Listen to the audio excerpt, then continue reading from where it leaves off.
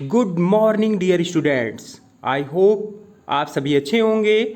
प्यारे बच्चों, आज हम उपस्थित हैं कक्षा 7 की हिंदी विषय की पाठ्य पुस्तक व्याकरण निपुण भाग 2 के पाठ 2 वर्ण विचार के दूसरे मॉड्यूल के साथ।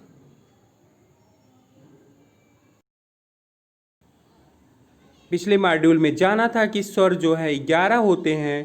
यहाँ भी देखिए एक चार्ट के माध्यम से स्पष्ट किया गया है कि स्वर 11 होते हैं। अनुस्वार अंग और विसर्ग आ होता है। इसके अलावा का से लेके माँ तक के जो है व्यंजन स्पर्श व्यंजन कहलाते हैं, जो 33 की संख्या में होते हैं। अंतस्थ व्यंजन देखिए इस चार्ट से जैसा कि स्पष्ट हो रहा है।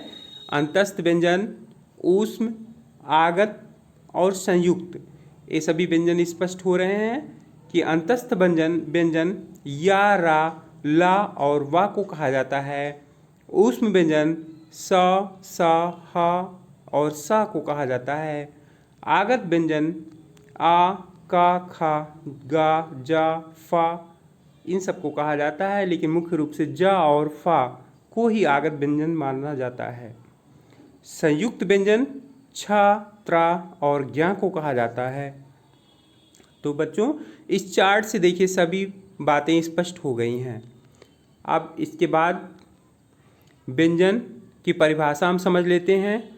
तो व्यंजन जिन वर्णों का उच्चारण स्वतंत्र रूप से नहीं होता तथा जिनके उच्चारण में स्वरों की सहायता ली जाती है, उन्हें व्यंजन कहते हैं।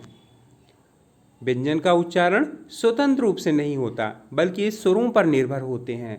इनके उच्चारण में स्वरों की सहायता ली जाती है। इस तरीके से व्यंजन की कुल संख्या 33 होती है और का से लेके माँ तक सभी व्यंजन जो है स्पर्श व्यंजन, अंतस्थ व्यंजन जो 4 होते हैं, उस व्यंजन भी 4 होते हैं और संयुक्त व्यंजन भी 4 होते हैं, जो इस चार्ट में स्पष्ट किए गए हैं। अब इसके बाद आते हैं बच्चों, श्वास की मात्रा के आधार पर व्यंजनों का वर्गीकरण 2 प्रकार से किया जाता है, अल्प प्राण और महाप्राण। अल्प प्राण व्यंजन वे होते हैं जिनके उच्चारण में कम वायु लगती है और कम प्रयत्न करना पड़ता है, उन्हें अल्प प्राण व्यंजन कहते हैं, जैसे का, गा, ता, दा आदि। महाप्राण जिन व्यंजनों के उच्चारण में अधिक वायु लगे और अधिक प्रयत्न करना पड़े, उन्हें महाप्राण व्यंजन कहते हैं। प्रत्येक वर्ग का दूसरा और चौथा व्यंजन महाप्राण व्यंजन होता है।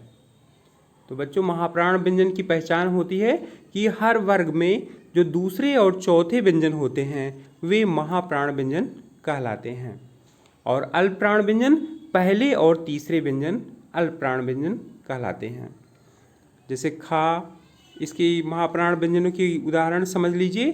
खा, घा, झा, फा, ये सब जो है महाप्राण व्यंजनों के उदाहरण हैं। संयुक्त व्यंजन दो भिन्न व्यंजनों के परस्पर सहयोग को संयुक्त व्यंजन कहते हैं। जब दो व्यंजन मिल जाते हैं और कोई तीसरा व्यंजन निर्मित होता है तो उसको संयुक्त व्यंजन कहते हैं। जैसे का और सा मिलके यहाँ पे छा व्यंजन एक बनाते हैं, ता और रा मिलके त्रा बनाते हैं।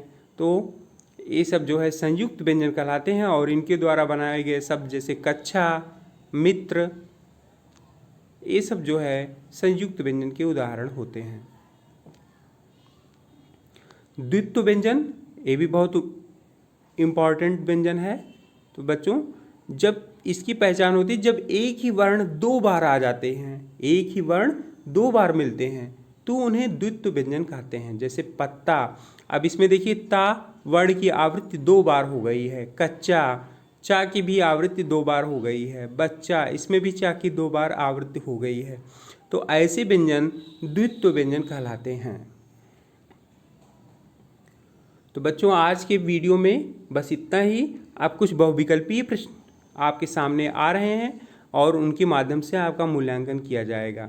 आपका पहला प्रश्न है, जिन वर्णों के उच्चारण में स्वरों की सहायता ली जाती है उन्हें कहते हैं। प्रश्न को ध्यान से समझिएगा। जिन वर्णों के उच्चारण में स्वरों की सहायता ली जाती है उन्हें कहते हैं। आपके विकल्प हैं का व्यंजन, खा वचन, गा कारक और घा सर्वनाम। जी हाँ बच्चों, गेस कीजिए। बिल्कुल ठीक, आपका विकल्प बिल्कुल सही है, आपका अनुमान सही है, आपका सही विकल्प है विकल्प का व्यंजन। आपका दूसरा प्रश्न है व्यंजनों की संख्या है। आपके विकल्प हैं का 11, खा 12, गा 33 और घा इनमें से कोई नहीं। जी हाँ बच्चों, सोचिए। अभी इससे पहले ही हमने इसी वीडियो में बताया था कि व्यंजनों की वास्तविक संख्या कितनी होती है। जी बिल्कुल ठीक, आपका सही विकल्प है विकल्प गा 33। आपका तीसरा प्रश्न है पत्ता शब्द किस व्यंजन का उदाहरण है। आपके विकल्प हैं का स्पर्श, खा अंतस्थ, गा द्वित्व, घा ये सभी। तो बच्चों यहाँ देखिए, ता वर्ण की आवृत्ति 2 बार हो रही है, ता सब वर्ण 2 बार आ रहा है, तो ये द्वित्व व्यंजन का उदाहरण हो जाएगा। अतः आपका सही विकल्प होगा विकल्प गा। चौथा प्रश्न है कच्छा शब्द किस व्यंजन का उदाहरण है। के विकल्प हैं का स्पर्श व्यंजन, खा अंतस्थ व्यंजन, गा संयुक्त व्यंजन और घा इनमें से कोई नहीं।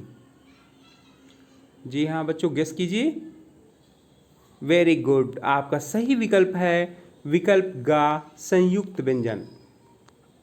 तो ये तो थे बहुविकल्पीय प्रश्न। अब आपको लघु उत्तरीय प्रश्न दिए जा रहे हैं जिनका उत्तर आपको 2 से 3 पंक्तियों में देने हैं। आपका पहला प्रश्न है संयुक्त व्यंजन की परिभाषा उदाहरण सहित स्पष्ट कीजिए। पहला प्रश्न है संयुक्त व्यंजन की परिभाषा उदाहरण सहित स्पष्ट कीजिए। और दूसरा प्रश्न है द्वित्व व्यंजन की परिभाषा देते हुए इसके 2 उदाहरण भी दीजिए। तो बच्चों ये तो थे लघु उत्तरीय प्रश्न। आज के वीडियो में बस इतना ही। स्वस्थ रहिए, सुरक्षित रहिए और पढ़ाई करते रहिए। मिलते हैं कल एक नए वीडियो के साथ। तब तक के लिए धन्यवाद।